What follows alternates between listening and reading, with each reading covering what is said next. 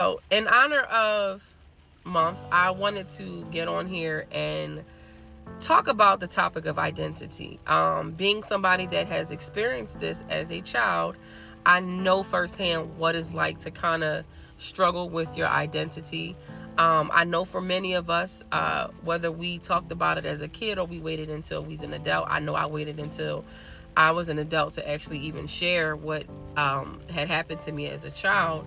Nevertheless, I think we all at one time have identified ourselves as a victim, right? We all were looked at as a victim of something that has happened to us. Now, some of us may have struggled back and forth between being a victim or sometimes even blaming yourself, feeling like it's your fault, feeling like you could have possibly done something differently to prevent this from happening.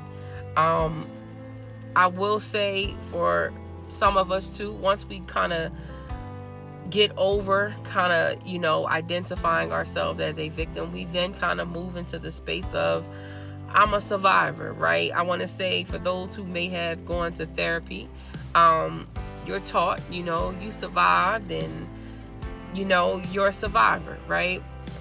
But I want to really go into depth with this new term that God had given me, which was an overcomer. And man, when that was dropped in my spirit some time ago, I want to say maybe about a year ago, I no longer identified myself as a victim. I no longer even acted like a victim or thought like a victim, because for many years I did allow the abuse that I suffered as a kid to kind of hinder me in a lot of ways. For one, I wasn't aware that a lot of the symptoms of trauma, there are some symptoms that people experience from trauma, and for everybody it may look different. I know for me it was self-harm, it was wanting to unalive myself for a few years, it was depression, anxiety, panic attack, it was all of those different things. And a lot of people don't know that a lot of those symptoms are just symptoms of trauma. Nevertheless, let me get back to what I was trying to explain.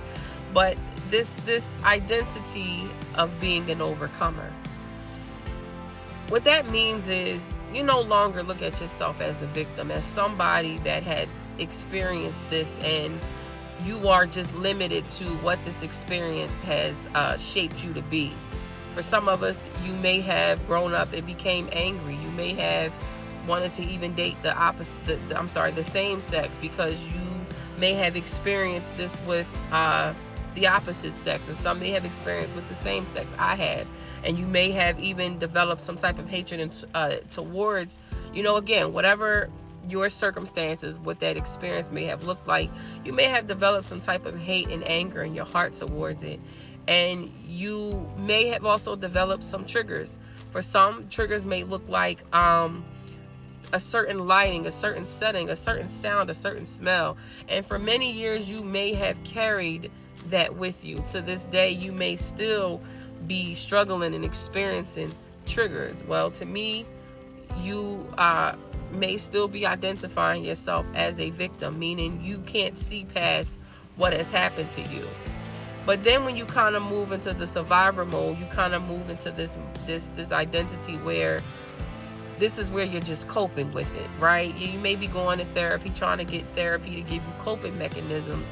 Some of you may get on medication, because I get it. Sometimes you may have memories. You may have even had PTSD where you struggle to sleep at night, to do certain things. And then this is where you're in this survivor mode, where you're just trying to survive what has happened to you. But man, oh man, when you become the overcomer, and hear me when I say this, you can only become this overcomer with God.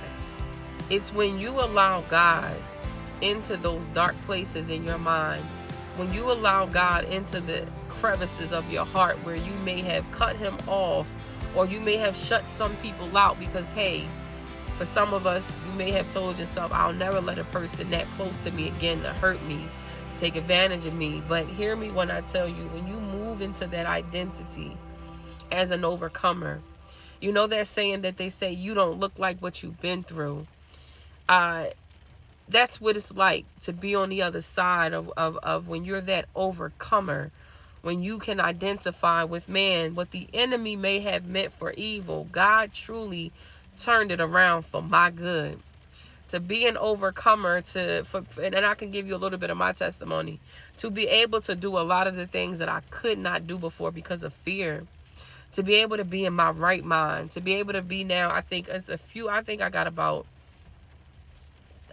going on 3, maybe 4 years of no longer having thoughts of wanting to harm myself, being in my right mind, a sound mind, not having to deal with anxiety and panic attacks, not even allowing, when I am sharing my story. There used to be a time in my life whenever I did talk about the abuse, I would just feel all of this yucky and feelings and shame, and it would just be so heavy that at one time I used to stop wanting to talk about it, because I used to be like, man, every time I want to share it or I talk about it, and I would get through it and share, but behind the scenes I would just walk away feeling this weight.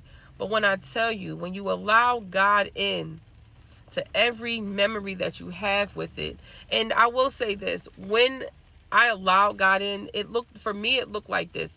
I was just in the Word of God every day, and it would be for hours and hours on end. And it was a lot of crying, because God was like purging my mind, my body, and my soul from what this trauma has caused in my life. And it took, I want to give it maybe a year.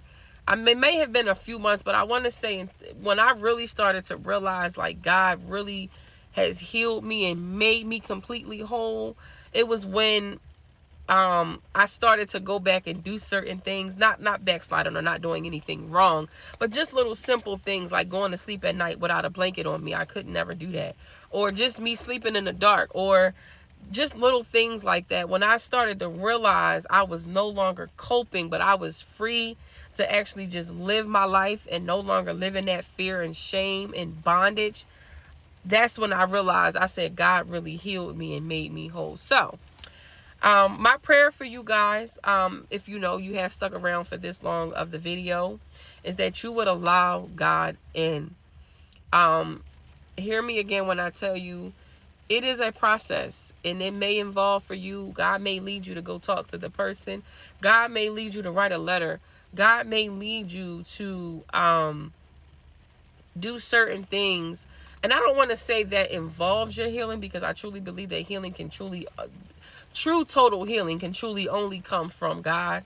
But I will say, it really does start with getting in the Word. Open the Word of God. The Word of God has the power to heal, to make whole, to make new. So start there. And it is my prayer that you guys will be able to experience the same peace that God has given me in my heart and my mind. I pray that you guys will be able to experience having a sound mind, that you will no longer be triggered, that you will no longer even allow, the abuse to continue to dominate you or to rob you of your life. I love each and every one of you guys with the love of the Lord. And for those of you who may never had the opportunity to share what has happened with you, hear me when I tell you that whenever you do decide to do it, don't allow anybody to tell you how you should share it, when you should share it, and with whom you should share it with. It's your story, it's your experience, and everybody's story and experience is totally different, because it did not happen the same way with everybody. It did not happen at the same age, the same time, nor the same place. So I want you to express your story in the way that you feel fit, even if it is just between you and God. Listen, I love you guys with the love of the Lord. Until next time, God bless.